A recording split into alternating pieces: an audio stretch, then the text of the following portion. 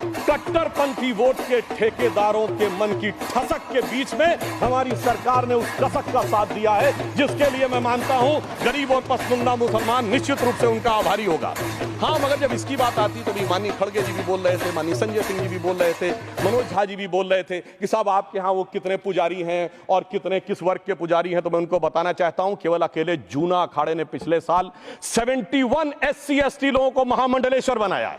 अरे आपको हमारे सदन में बैठे हुए बाल योगी उमेश नाथ जी नहीं दिखते? वैसे तो कहा जाता है जात ना पूछो साधु की, मगर मैं बताना चाहता हूं विश्व हिंदू परिषद के 50,000 से अधिक पुजारी ट्राइबल्स में जो शेड्यूल कास्ट है जो काम कर रहे हैं। मगर मैं हद अदब से पूछना चाहता हूं, बताइए मुल्ला मौलवी मुफ्ती मुकर्रम बारी हाफिज में से कितने पसमानदा हैं?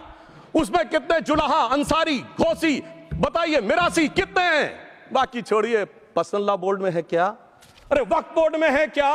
इसीलिए मैं कहता हूं खुद मियां फजीहत दूसरों को नसीहत। और यहां गुलामी की मानसिकता इस कदर पैबस्त है लोगों के दिमागों में।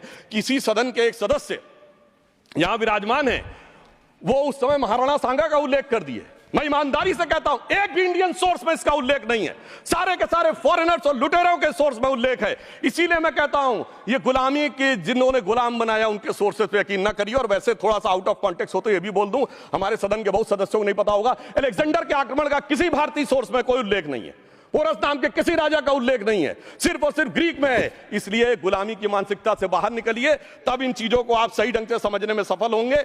सर 1707 के बाद तो इस्लामी हुकूमत दिल्ली से खत्म हो गई थी। एक आखिरी मुगल बादशाह शाह आलम के लिए तो बोला जाता था सल्तनते शाह आलम दे लाल किले ते पालम, यानी आज का IGI एयरपोर्ट। तो साहब उसके बाद ये गुजरात के सूरत से लेकर लखनऊ तक उनका मालिकाना हक निकलने कहां से लगा?